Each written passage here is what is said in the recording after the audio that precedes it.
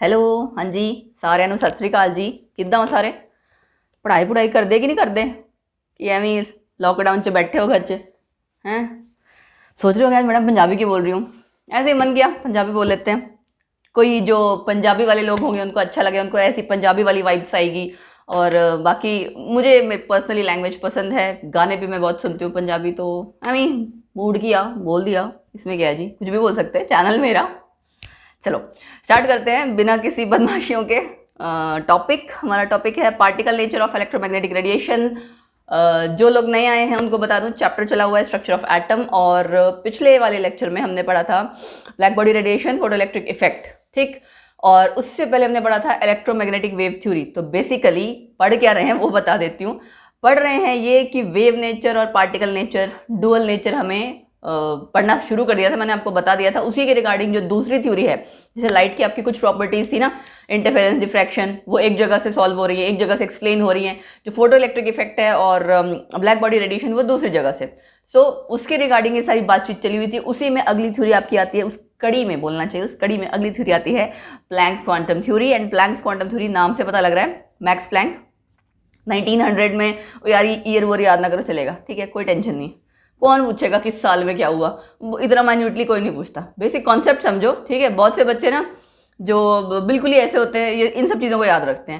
मैं सच बताऊं, पर्सनली मेरे को कोई साल नहीं याद किस साल में कौन सा क्या है। हाँ ये ज़रूर है कि नोबेल प्राइज़ एंड ऑल ये सब चीज़ें होता है, जब आपको जीके का एग्जाम देना या कहीं पे भी इस तरह की चीज़ें आती है, वहाँ आपको थोड़ा सा पता होना चाहिए। Otherwise if you are preparing for any competitive exam और जस्ट यू नो जो आपके नॉर्मल एग्जाम्स होते हैं, उसके लिए आपको कोई ऐसा प्रॉब्लम नहीं है, ये सब ईयर वीयर याद करने की कोई ज़रूरत नहीं है, इसीलिए टेंशन फ्री रहो, ठीक। ओके तो ब्लैक बॉडी रेडिएशन और फोटो इलेक्ट्रिक इफेक्ट, अगर आपको ध्यान हो, इलेक्ट्रोमैग्नेटिक वेव थ्योरी से एक्सप्लेन नहीं हुआ था, है ना। क्यों? क्योंकि रीज़न है वहाँ पे, वो आपकी वेव थ्योरी थी, वेव नेचर। और ब्लैक बॉडी रेडिएशन में वेव नेचर है ही नहीं, पार्टिकल नेचर है, तो इसी के लिए नई थ्योरी आई। एंड ये थ्योरी जो थी ना सारी, प्लैंक ने नो डाउट दी थी, बट एक्सटेंड किया, उसको एक्सप्लेन किया आइंस्टीन ने, ठीक। इस थ्योरी के पहले बेसिकली जो पॉस्टुलेट्स हैं या मेन फीचर्स हैं वो पढ़ लेते हैं, फिर आपको क्लियर हो जाएगा कि कैसे एक्सप्लेन हो जा रहा है ना। एंड फर्स्ट आपका पॉइंट है, रेडिएंट एनर्जी जो एमिट होगी या एब्जॉर्ब होगी वो कॉन्टिन्यूस नहीं होगी। याद आया कुछ? वहाँ पे आपका क्या था कि कॉन्टिन्यूसली हो रही है, यहाँ पे कॉन्टिन्यूसली नहीं हो रही है, बल्कि किस फॉर्म में हो रही है? कुछ पैकेट्स ऑफ एनर्जी के फॉर्म में, some discrete small packets of energy, ठीक है।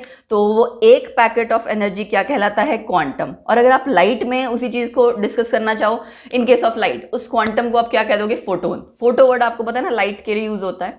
So same thing here, in case of light, quantum of energy is called as photon, ठीक। ओके उसके बाद सेकेंड पॉइंट क्या है? ये तो बड़ा फेमस सा रिलेशन है, ध्यान होगा, E = h म्यू, है ना। क्या कहते हो आप इसको? H को प्लैंक्स कांस्टेंट। तो प्लैंक्स कांस्टेंट इसलिए कहते हैं क्योंकि ये प्लैंक ने रिलेशन दिया था। सो E = h म्यू क्या हुआ इसका मतलब? Energy of each quantum directly proportional है फ्रीक्वेंसी के, किसकी? रेडिएशन की, है ना।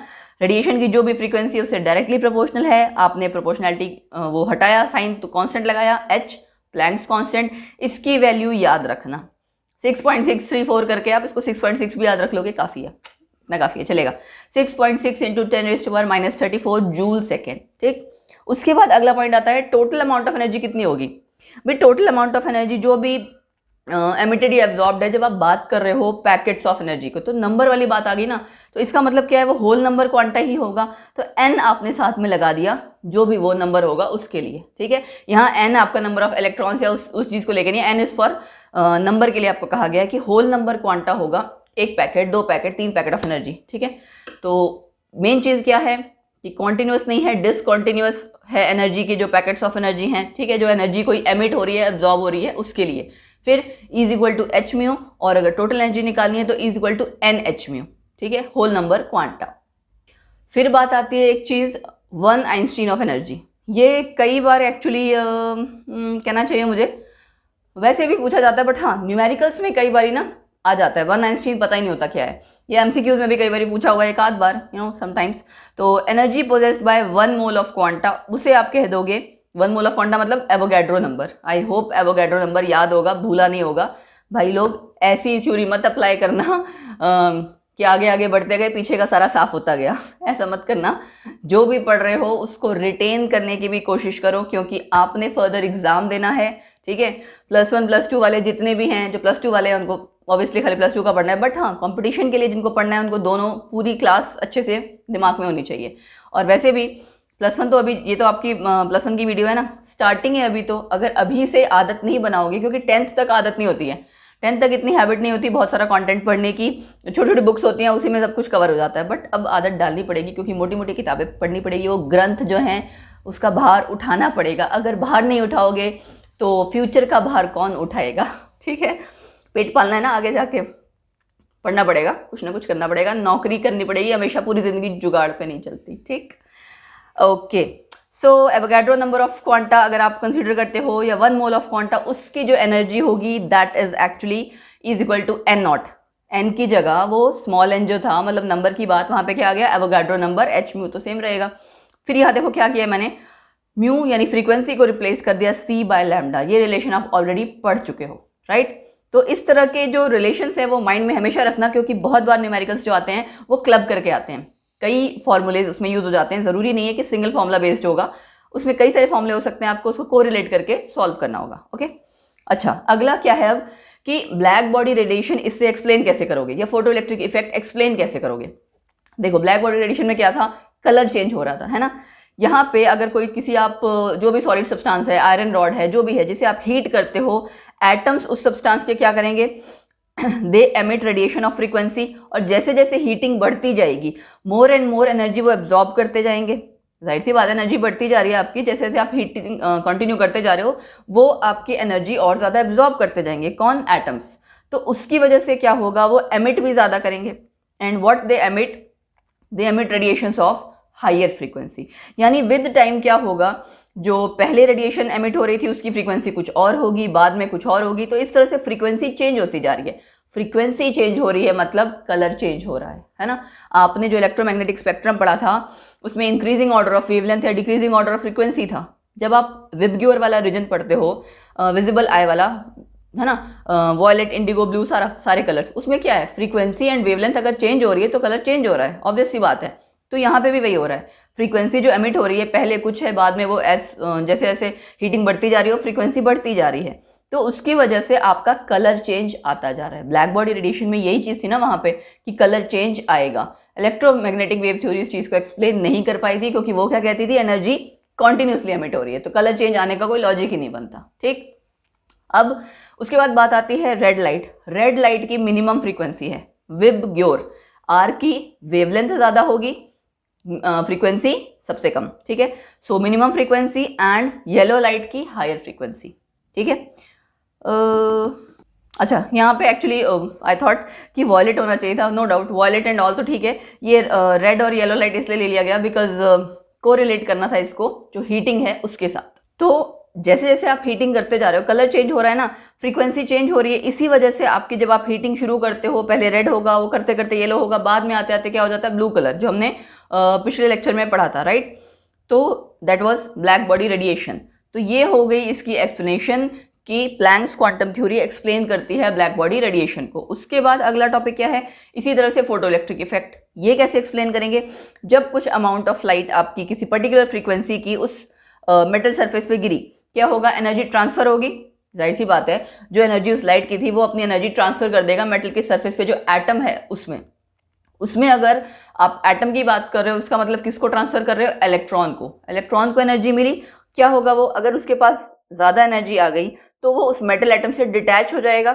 मेटल एटम से डिटैच कब होगा, लेकिन वो एक particular amount of energy photon की होनी चाहिए। सपोज करो फोटोन तो आप लाइट फॉल करवा रहे हो सरफेस ऑफ मेटल पे, लेकिन उसकी एनर्जी अगर प्रॉपर नहीं है, वो एनर्जी कितनी होनी चाहिए, जितनी की इलेक्ट्रॉन और न्यूक्लियस की जो फोर्सेस हैं उसको ओवरकम कर सके। अगर उतना नहीं होगा तो इलेक्ट्रॉन डिटैच नहीं होगा, राइट। तो उसके बाद अगर आपकी वो मिनिमम अकाउंट ऑफ जो कहना चाहिए अमाउंट ऑफ एनर्जी रिक्वायर्ड है वो अगर ओवरकम कर देते हैं तो इलेक्ट्रॉन आपका क्या हो जाएगा, मेटल एटम से डिटैच।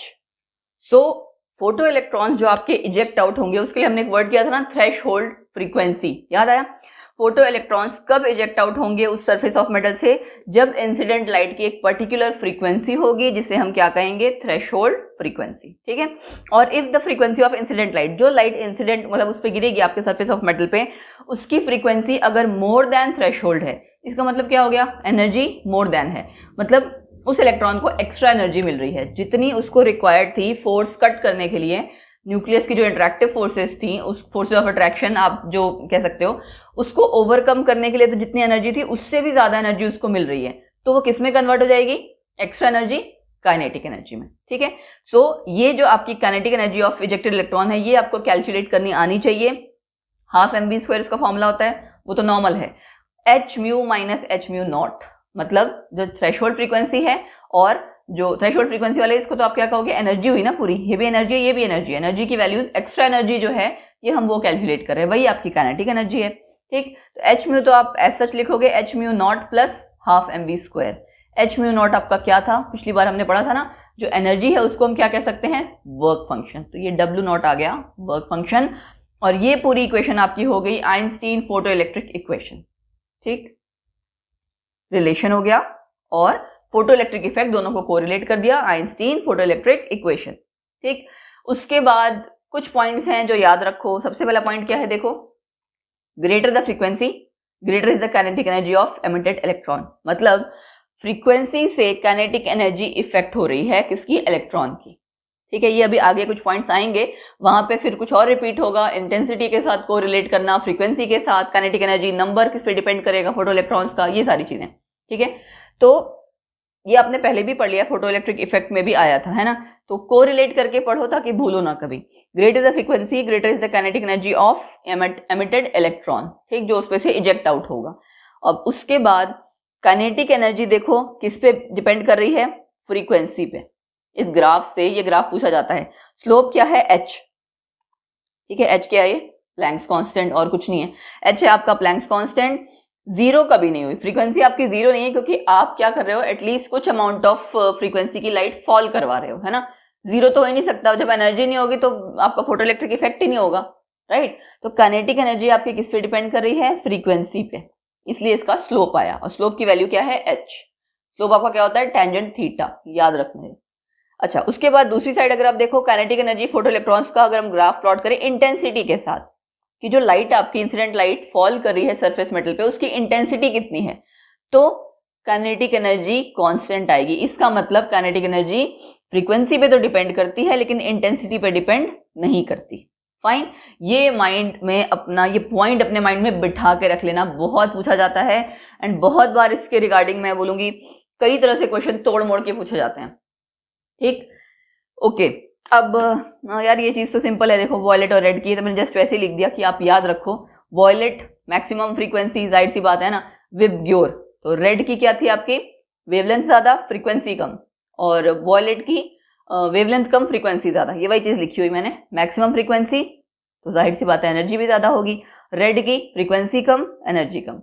इसको रट्टा मत मारोगे, सपोज बहुत बार होता है ना, बच्चे रट्टा ही मार लेते हैं कि डेविएशन किस में ज्यादा होगी और कलर किस में ज्यादा होगा, ये किस में वो किस में, नहीं करो भाई, इलेक्ट्रोमैग्नेटिक स्पेक्ट्रम याद करके रखो, that is more than sufficient. अगर आपको ये पता है विबग्योर वॉयलेट से लेके रेड तक जब आप जा रहे हो इंक्रीजिंग ऑर्डर ऑफ वेवलेंथ में है, तो आप उसी टाइम एग्जाम में जहां पे भी जब भी ये क्वेश्चन इसके रिगार्डिंग आया, कोरिलेट करो, याद करो विबग्योर, ओके, इंक्रीजिंग ऑर्डर में था तो यानी हमें वेवलेंथ पूछा है तो वेवलेंथ से कोरिलेट करो, फ्रीक्वेंसी पूछा है फ्रीक्वेंसी से।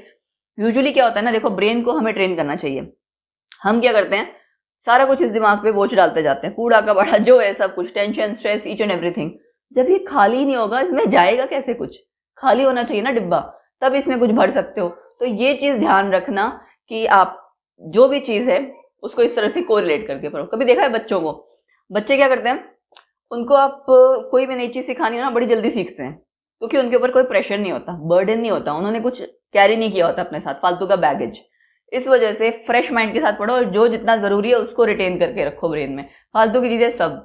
पढ़ाई में मैं बोलती हूँ कि हार्ड वर्क जरूरी है आजकल के टाइम में, but smart work is also very, I can say, necessary at this stage of life, because competition हर जगह इतना है, हार्ड वर्क करने वाले बहुत हैं अब, है ना।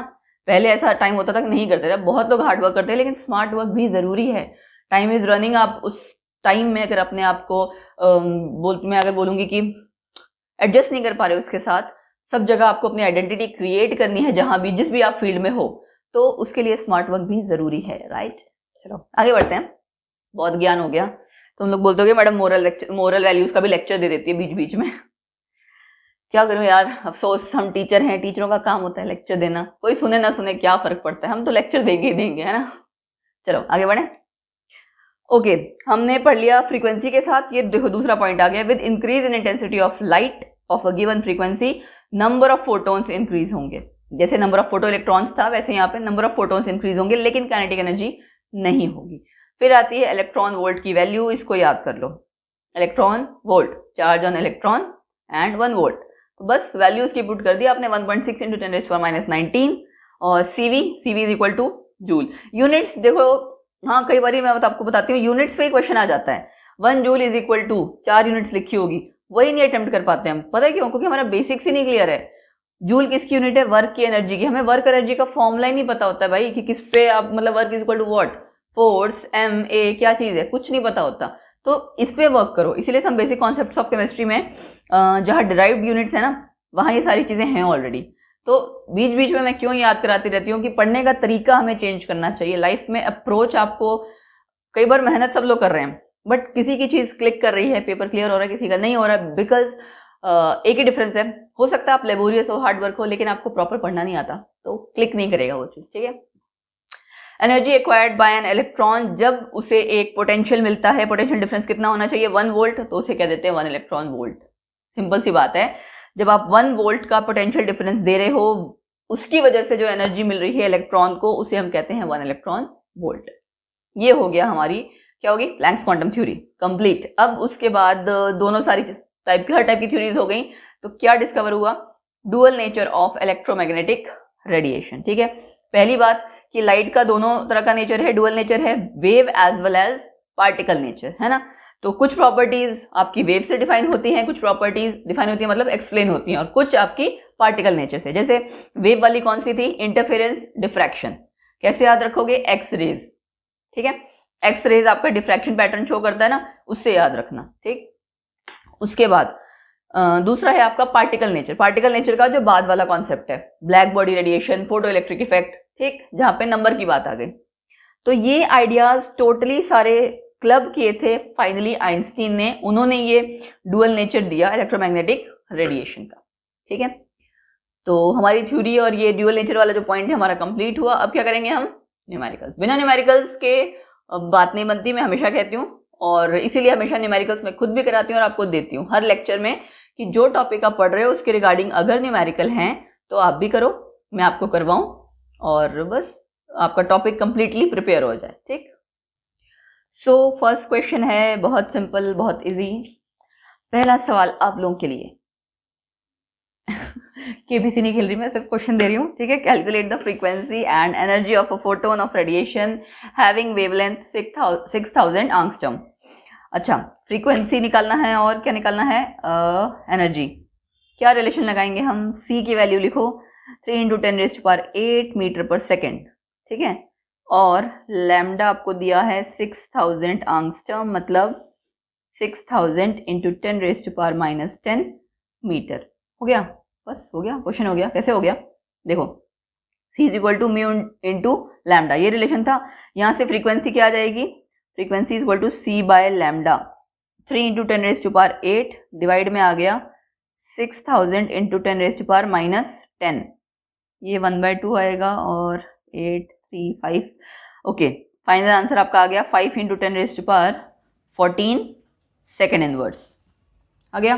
चलो, अब क्या निकालना रह गया? एनर्जी। एनर्जी क्या होगी? H mu. एच की वैल्यू प्लैंक्स कांस्टेंट 6.6 × 10⁻34। फ्रीक्वेंसी आपने अभी अभी कैलकुलेट की 5 × 10⁻14, ठीक है। यूनिट्स मैं नहीं लिख रही हूँ, ऑब्वियसली बात है, आप लोग देख लेना प्लैंक्स कांस्टेंट की भी और इसके लिए भी, फ्रीक्वेंसी के लिए भी, ठीक। तो ये आपका कैलकुलेट करके आ जाएगा 3.31 × 10⁻19 जूल। अरे तो बड़ा सिंपल था क्वेश्चन, है ना, कुछ करना ही नहीं था। चलो कोई बात नहीं, सिंपल और कॉम्प्लेक्स दोनों चीज़ें लाइफ में होनी चाहिए, है ना, ठीक है। अगला question, calculate the energy of a mole of photons of radiations whose frequency is 5 × 10⁻14 hertz. क्या दे दिया, फ्रीक्वेंसी 5 × 10⁻14 हर्ट्स कहो या 5 × 10⁻14 सेकेंड इनवर्स कहो, एक ही बात है। आपने एनर्जी निकालनी है ऑफ 1 मोल ऑफ फोटोन्स। वही सेम चीज़ है, एनर्जी पहले सिंपल कैलकुलेट करना, फिर 1 मोल के लिए मतलब एवोगाड्रो नंबर N0 h μ, ये कैलकुलेट करोगे तो सिंपल मल्टीप्लिकेशन है और कुछ नहीं है। तो डायरेक्टली फॉर्मूला लगा दें, है ना, यहाँ तो हमें कैलकुलेट करना ही नहीं है। E = N0 h μ, है ना। N0 आपका हो गया Avogadro number 6.023 × 10⁻23, Planck's constant 6.6 × 10⁻34 and mu आपका आ गया 5 × 14। आप ऐसे भी कर सकते हो कि इसको पहले मल्टीप्लाई कर लो, जैसे कई बार होता है ना एच म्यू बच्चे कर लेते हैं, एनर्जी निकाल दी उसके बाद एनर्जी ऑफ 1 मोल, देन वो लिखते हैं कि एवोगाड्रो नंबर से मल्टीप्लाई कर देना है। सो मैंने तीनों को एक साथ मल्टीप्लाई कर दिया। पूरा कैलकुलेट करके जब आप करोगे 3414, ओके, यहाँ आपका आ जाएगा 19951 जूल पर मोल। ये पर मोल याद रखना क्योंकि आपने 1 मोल के हिसाब से अब निकाल लिया है, बट एनर्जी आपको किलो जूल पर मोल के हिसाब से निकालनी चाहिए, तो 19.951 किलो जूल पर मोल। सिंपल क्वेश्चन था, कुछ भी ऐसा टफ नहीं था इसमें। अब वही सेम 2 क्वेश्चंस मैं आपको दूंगी ट्राई करने के लिए, तो वो 2 क्वेश्चंस देखते हैं क्या है, आपने वो ट्राई करके लेके आने हैं। देखो पहला क्वेश्चन क्या है, 100 वाट बल्ब, 100 वाट आपको, यानी अब ये ध्यान देखना, वाट दिया हुआ है इसका मतलब it is power. Bulb emits monochromatic light of wavelength lambda दे दिया, calculate the number of photons emitted per second by the bulb. ठीक है, चलो देखते हैं कितने लोग उसको ट्राई कर पाते हैं। जब मैं न्यूमेरिकल देती हूँ ना, उसमें कोशिश किया करो कि खुद से ट्राई करो, उसके बाद चेक करो कि क्या आपने उसको सही अटेम्प्ट किया। टॉपिक पढ़ लिया, टॉपिक पढ़ने के बाद खुद से एक बार ट्राई तो किया करो कि आप वो अटेम्प्ट कर पा रहे हो खुद से कि नहीं कर पा रहे, है ना। क्योंकि ज़रूरी नहीं है कि लाइफ में हमेशा जहाँ भी आप पढ़ोगे हर चीज़ के न्यूमेरिकल्स किए ही हो आपने, कभी कभी खुद से भी ट्रायल ऐसे ही मान लेना चाहिए कि ठीक है आ रहा है कि नहीं आ रहा, हिट एंड ट्रायल चेक करके देखो, एसेस करके देखो खुद को कि कितना कर पा रहे हो, नहीं कर पा रहे, राइट, दैट वे। अगला question, calculate the kinetic energy of the ejected electron when yellow light of frequency this much, value दी हुई है फ्रीक्वेंसी की, falls on the surface of potassium metal. Threshold frequency भी दी हुई है, थ्रेशोल्ड फ्रीक्वेंसी दी है, फ्रीक्वेंसी दी हुई है, काइनेटिक एनर्जी निकालनी है। ये तो फॉर्मूला आपने अभी अभी किया था, तो कैलकुलेट कर लोगे, जो भी एक्स्ट्रा एनर्जी होगी दैट इज काइनेटिक एनर्जी। ठीक, okay. So guys questions try करना, और अगले लेक्चर में हम फिर मिलेंगे। इससे नेक्स्ट टॉपिक है क्या था, हाँ अब वो स्टार्ट हो जाएगा आपका स्पेक्ट्रा वाला, एमिशन स्पेक्ट्रा एंड ऑल, है ना, रिडबर्ग फार्मूला। तो कुछ नया टॉपिक है वो पढ़ेंगे, बट यहाँ तक का ज़रूर पढ़ के आना, अच्छे से न्यूमेरिकल करके आना, नेक्स्ट टाइम डिस्कस करेंगे। और चिल करते रहो, हंसते रहो, है ना, कॉमेडी करते रहो जितना हो सके, क्योंकि रुलाने में तो यार वो क्या कहावत है ना, किसी को रुलाना तो बहुत आसान है, आजकल की लाइफ में हंसाना बहुत मुश्किल है, किसी को रुलाने के लिए तो आप सेकंड लगता है किसी को रुला दो। सो इन्हीं शब्दों के साथ bye bye, take care, keep unrolling the mystery of chemistry with myself Lorika, your Lorika actually, and at our channel chemophilous Lorika. Bye bye, take care.